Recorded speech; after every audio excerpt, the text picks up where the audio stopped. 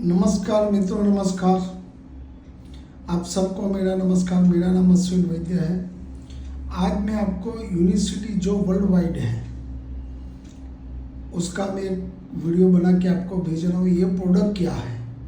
Super chlorophyll और माचा दोनों मिलके क्या क्या काम करते हैं, क्या क्या रोग मिटाते हैं। Thyroid, migraine, epilepsy, Parkinson, paralysis, ये सब रोग उनके अच्छे होते हैं।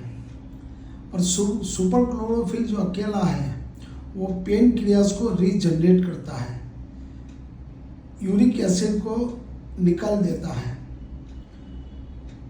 ऑक्सीजन लेवल अगर कम हो गया है तो उसको बढ़ाता है, खून की कमी को पूरा करता है, और कोई भी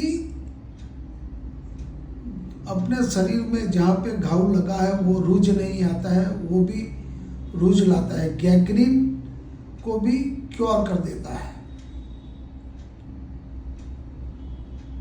आपको कैसा लगा मेरे को बोलने का? मेरा नंबर है 9879581162। Thank you.